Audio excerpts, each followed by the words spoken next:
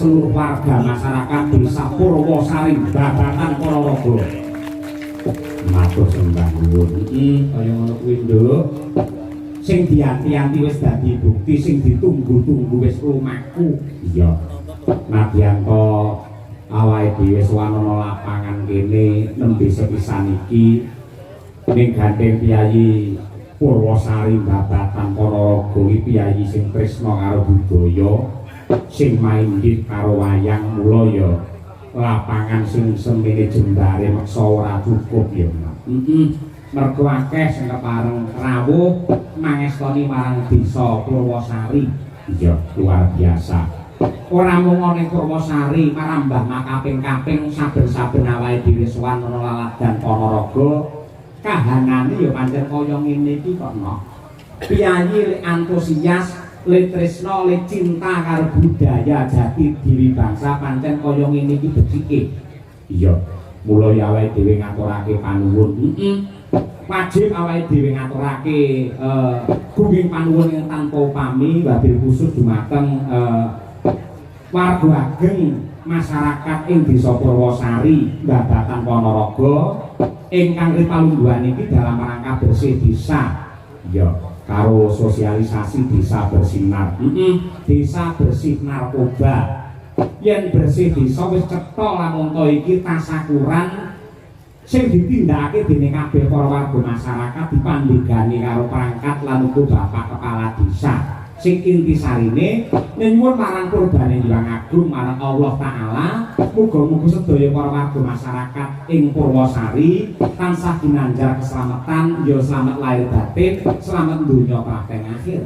Ngono ya Mas. Kaya ngono kuwi resik marang desane ngresiki penggalihe sing nggoni lan uga ngresiki apa papan-papan yang kanggo kebutuhane Bebrayan Agung. Mula mau panitia aku sangat condong, aku sangat lumajeng, aku sangat cocok menghimbau kepada para penonton semuanya untuk ikut menjaga kebersihan di lapangan iki, dicawisake tempat sampah utawa plastik, mengko yen ngastor reget apa wae aja dibuang sak nggon-nggon.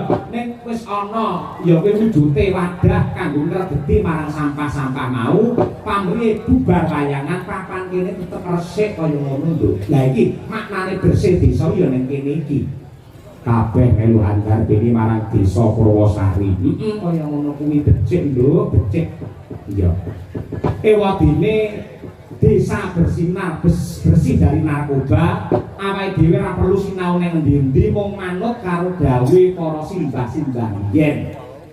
Dadilan orane bocah, dadilan orane pemuda utawa generasi kuwi gumantung saka triwiyata pawiyatan telung perkara. Ingkang sepisan ya kuwi panggulwentai Rama Ibu ana ing dalem utawa ana ing omah. Angka loro ya kuwi piwulange bapa ibu guru ana ing sekolahan. Dene kang angka telu ya kuwi lingkungan. Kuwi sing ndadekke utawa ngrusak marang para generasi gumantung telung perkara ning omah, ning sekolahan karo ning lingkungan. Iya kok. Nadyanto ning dalem panggulwentai Rama Ibu ki becik, ana sekolahan piwulange bapa ibu guru kuwi apik. Nanging lamun to lingkungane lingkungan ceroboh, lingkungane lingkungan rusak, ora neh ora mokal dadi anak angel ditata, angel diatur. Ketika ada anak yang nakal, jangan 100% kita menyalahkan kepada anak itu sendiri. Namun sebagai orang tua kita harus introspeksi, kok anakku iso nakal ki janjane kleruku makan ana nggondi kudu diwelah-alik dhewe. Iya, ngono kuwi. Mergo yektine yen ana anak sing nakal, sing kleru dudu anake, ning wong tuane. Ngono ya. Kaya ngono kuwi, le milih sekolahan piye, le tramongke piye, le ngluwentah ana dalem ki piye. Mergo nadyan kaya ngapa lan kepiye. Mbok 10 tahun utawa 20 tahun sing bakal teko, sing calone memegang tongkat estafet ya kuwi nyiseni marang kamardikane bangsa Nuswantara ya para nom-noman kuwi aja nganti mengko morale dadi rusak, pakatine dadi bobrok, mergo anane narkoba sing bener-bener ngrusak marang generasi bangsa. Aja mung nyalahne anake ning kabeh para piye sepuh bebarengan nggatekke karo anak. Rata-rata anak sing nakal ngono kuwi mergo kurang perhatian saka wong tuwa, iso uga mergo wong tuane rusak-rusakan kegiatan karo bojone iso. Terus banjur nggih pelampiasan dadine kaya ngono. Lah padha karo Pak Lurah Purwosari iki, Pak Sukatman. Dadi lurah ki ya kudu adil, kudu rata. Nuwun sewu yen cara nggenku selaku kepala desa ki gelem ora gelem kersa ora kersa sirahe iki nuwun sewu pikirane diparuh dadi loro kiwa karo tengen apa ngono sing tengen kuwi nggih ngurusi nggih srawung nggih bekti karo para kiai alim ulama lan para sepuh ning sirah sing kiwa nggih srawung karo cah nom-nom sing gaweane lho ngono ki aja diseneni aja digething ning ayo dirangkul, ayo dicedhaki, men enggal entuk solusi mergo bocah nom janjane perlu kasih sayang, perlu perhatian sing kaya ngono kuwi. Iya, kaya ngono kuwi. Wis tepung ya karo Pak Sukatman. Wis wano yen-yen Pak Carik karo ketua panitia nalika aku wayangan dene Pak Suwito biyen sing kepareng manggi awake dhewe.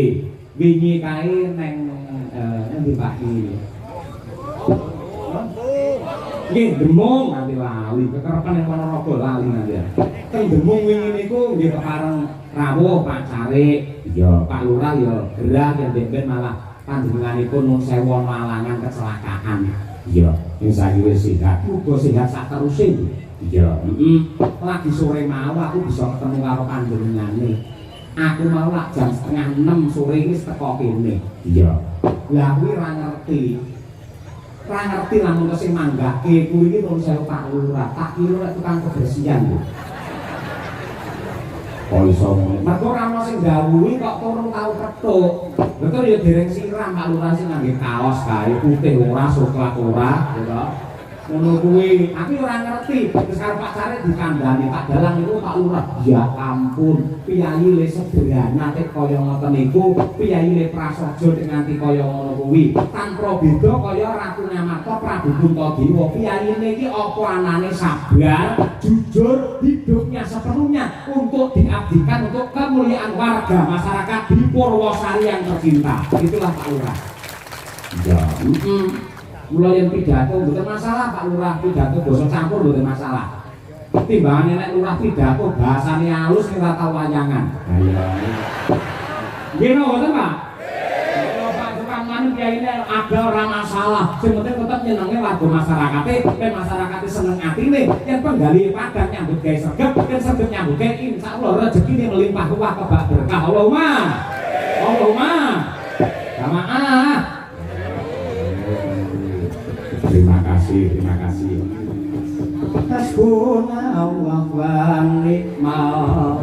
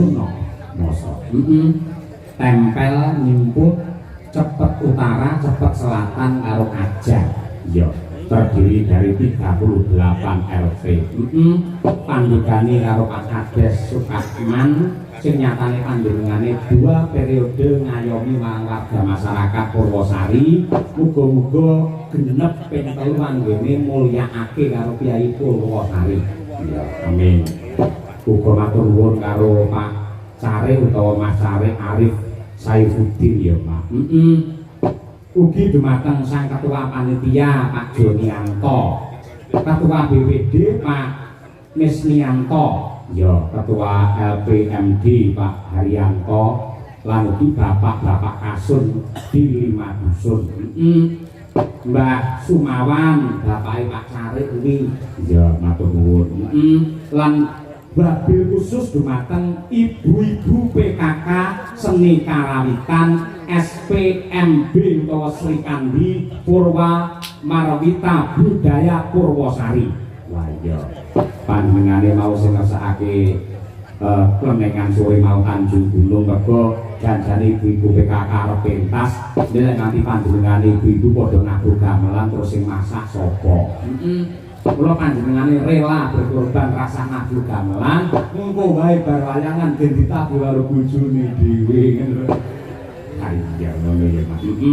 Matur nuwun ibu-ibu sedaya sembah nuwun ing tanpa upami Bu Camat ya Pak Dan Ramil karo Pak Kapolsek lan jajaranipun para sepuh ingkang kepareng mangestoni Kyai Alim Ulama ya Mas.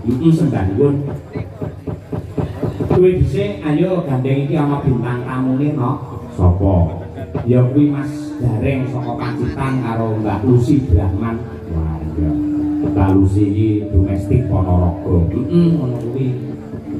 Sambene dadi waranggana ning asline iki dhek iki profesinya menjadi penjual daster online.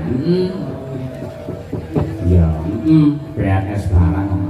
Syukur jadi ngabei. Ya, nyuwun slendro songo Mas Danang. Ngormati kalian Mas Gareng coba kaya apa serampake men seger. Ya. Monggo Mas Gareng pinak wonten panggungan iki. Yo, iso dados.